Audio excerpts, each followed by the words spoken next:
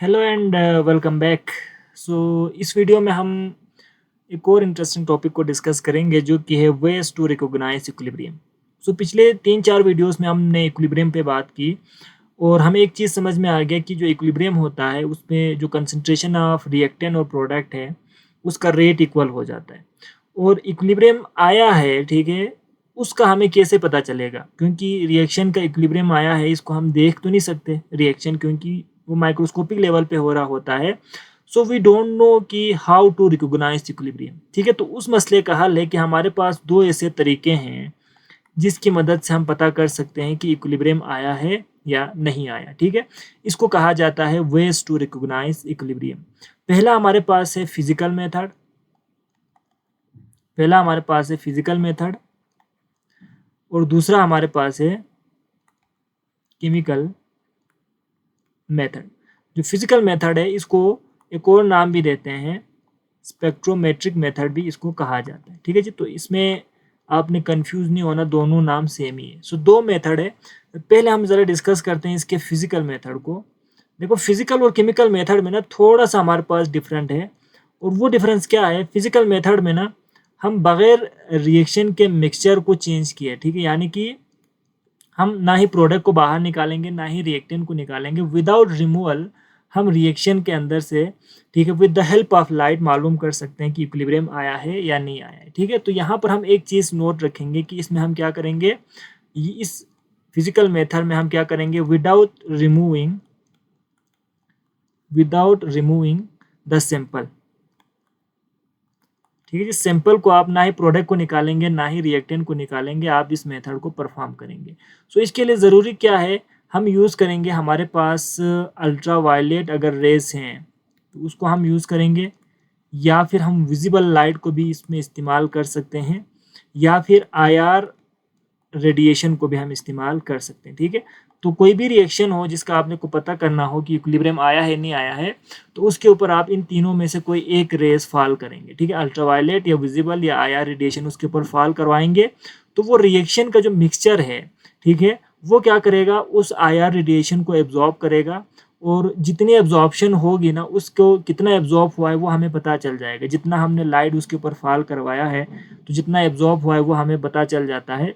तो उसकी एब्जॉर्प्शन की मदद से हम पता कर सकते हैं कि हमारे पास इक्विलिब्रियम आया है या नहीं आया है। ठीक है, इसको मैं ज़रा एक एग्जांपल से आपको समझाता हूँ। फॉर एग्जांपल मेरे पास एक सिंपल है N2O4। ठीक है, ये एक हमारे पास गैस है, और इसका जो कलर होता है ना, चलो मैं उसको बाद में एक्सप्लेन करता हूँ, और ये कन्वर्ट होके NO2 में कन्वर्ट हो रहा है गैस। ठीक है, अब इसका कोई कलर नहीं होता, ये कलरलेस होता है, और इसका जो कलर है ना वो होता है रेडिश ब्राउन, नाइट्रोजन डाइऑक्साइड का। ठीक है, जो ही इस कंपाउंड के ऊपर हम इन सब में से एक रेस फॉल कराएंगे, ये जो N2O2 है ये तो लाइट को एब्जॉर्ब नहीं कर सकता। ठीक है, कौन सा एब्जॉर्ब करेगा? रेडिश ब्राउन वाला NO2 लाइट को एब्जॉर्ब करता है। ठीक है, अब आप क्या करेंगे, इस रिएक्शन का जब ये प्रोसेस होता है आप रेडिएशन गिराएंगे, और कितना एब्जॉर्ब हुआ है with the interval of time आप चेक करते रहेंगे इसकी एब्जॉर्बेंस को। ठीक है, कितना एब्जॉर्ब हुआ है, तो हर टाइम के साथ आप मुख्तलिफ इंटरवल में जब निकालोगे ना तो एब्जॉर्बेंस डिफरेंट आएगा, एब्जॉर्बेंस बढ़ती जाएगी, क्योंकि जितना रिएक्टेंट है ना वो कन्वर्ट हो रहा होगा प्रोडक्ट में। ठीक है, और फिर एक ऐसा टाइम आएगा जब जो एब्जॉर्बेंस है ना वो क्या हो जाएगा, कांस्टेंट हो जाएगा, मजीद एब्जॉर्बेंस इंक्रीज नहीं होगा। ठीक है, यानी एब्जॉर्बेंस क्या होता है हमारे पास, वो डायरेक्टली प्रोपोर्शनल होता है। मैं ज़रा यहाँ पर लिख लेता हूँ, absorbance is directly proportional to the concentration of NO2। ठीक है, NO2 की जितनी कंसंट्रेशन होगी, यानी कि NO2 की जितनी ज़्यादा कंसंट्रेशन होगी उतनी ही ज़्यादा एब्जॉर्बेंस होगी। तो शुरू में जब NO2 की कंसंट्रेशन कम थी तो एब्जॉर्बेंस कम था, तो जो ही इसकी कंसंट्रेशन इंक्रीज होगा एब्जॉर्बेंस भी बढ़ता जाएगा। ठीक है, टाइम के साथ। फिर एक ऐसा टाइम आएगा जब एब्जॉर्बेंस बिल्कुल रुक जाएगा, यानी एब्जॉर्बेंस इंक्रीज हो रहा था ना, तो कांस्टेंट जब एब्जॉर्बेंस हो जाए ना, तो ये रिप्रेजेंट हमारे पास करता है कि जो इक्विलिब्रियम है ना, जो इक्विलिब्रियम है वो आ चुका है।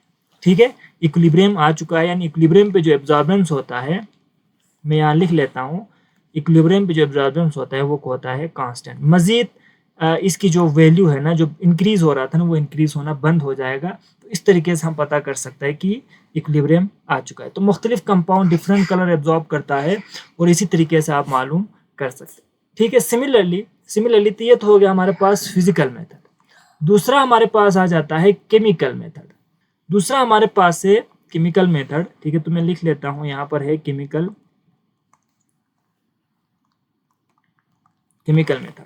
सो केमिकल मेथड में हम क्या करेंगे, जिस तरह फिजिकल मेथड में मैंने आपको बताया था कि उसमें हम सैंपल के कंसंट्रेशन को रिमूव नहीं करेंगे, लेकिन केमिकल मेथड में हम क्या करेंगे, सैंपल की जो कंसंट्रेशन है, थोड़ा सा कंसंट्रेशन उसको हम रिमूव करेंगे, वहां से बाहर निकालेंगे। ठीक है, तो वहां से बाहर निकालेंगे और उसके बाद बाहर निकालने के बाद हम क्या करेंगे, किसी भी नाउन कंसंट्रेशन के साथ उसकी ट्राइट्रेशन कर देंगे और ट्राइट्रेशन करते जाएंगे तो with the passage of time क्या होगा, कंसंट्रेशन या तो इंक्रीज होगा या डिक्रीज होगा। ठीक है, और फिर एक ऐसा टाइम आएगा जब कंसंट्रेशन का चेंज होना बंद हो जाएगा, जो कि रिप्रेजेंट करेगा कि इक्विलिब्रियम आ चुका है। फॉर एग्जांपल, एक एग्जांपल मैं देता हूं, मेरे पास एक कंपाउंड है, ये एसिटिक एसिड है। ठीक है, ये रिएक्ट कर रहा है इथेनॉल के साथ।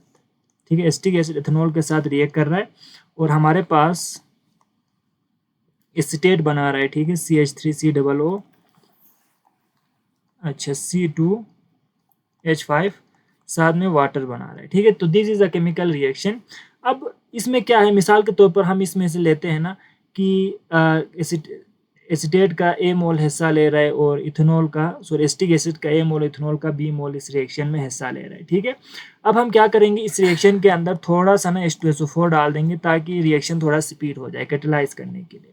अब मैं जानना चाहता हूँ कि इक्विलिब्रियम आया है नहीं आया है, तो मैं क्या करूँगा, यहाँ से जो हमारे पास मैंने यहाँ पर लिया है ना एसिटिक एसिड का, ठीक है, थोड़ा सा पोर्शन, ठीक है, सिमाल इसका जो सैंपल है इस रिएक्शन से मैं बाहर निकालूंगा विद डिफरेंट इंटरवल्स।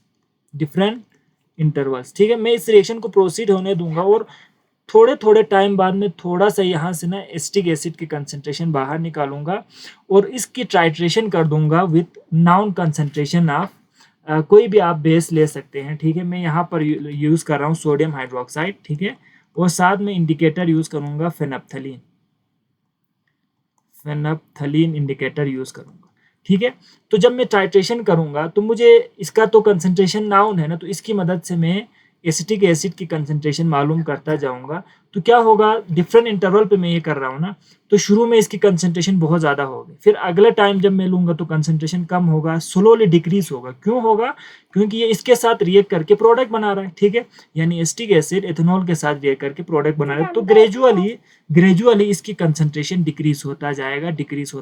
ठीक है, फिर जब मैं टाइट्रेशन करता जाऊँगा, सो जब इक्विलिब्रियम आएगा तो क्या होगा, जो एसिटिक एसिड की मैं दोबारा से सैंपल लूंगा यहाँ से, तो उसकी कंसंट्रेशन मजीद डिक्रीज नहीं होगा। ठीक है, कंसंट्रेशन क्या होगा, उसकी जो मोलरिटी है या कंसंट्रेशन है वो रिमेन सेम। ठीक है, मजीद चेंज नहीं होगा, जो कि रिप्रेजेंट करेगा कि हमारे पास जो इक्विलिब्रियम है वो आ चुका है। ठीक है, सो इस तरीके से आप केमिकली भी मालूम कर सकते हो इक्विलिब्रियम आया है या नहीं आया है, और आप फिजिकली भी जो मैंने पहले तरीका बताया था उस तरीके से भी मालूम कर सकते हो कि इक्विलिब्रियम आया है या नहीं आया। So there are two ways to recognize equilibrium, और ये आपने अपने जहन में रखना है। सो मिलते हैं नेक्स्ट वीडियो में, अपना ख्याल रखिए।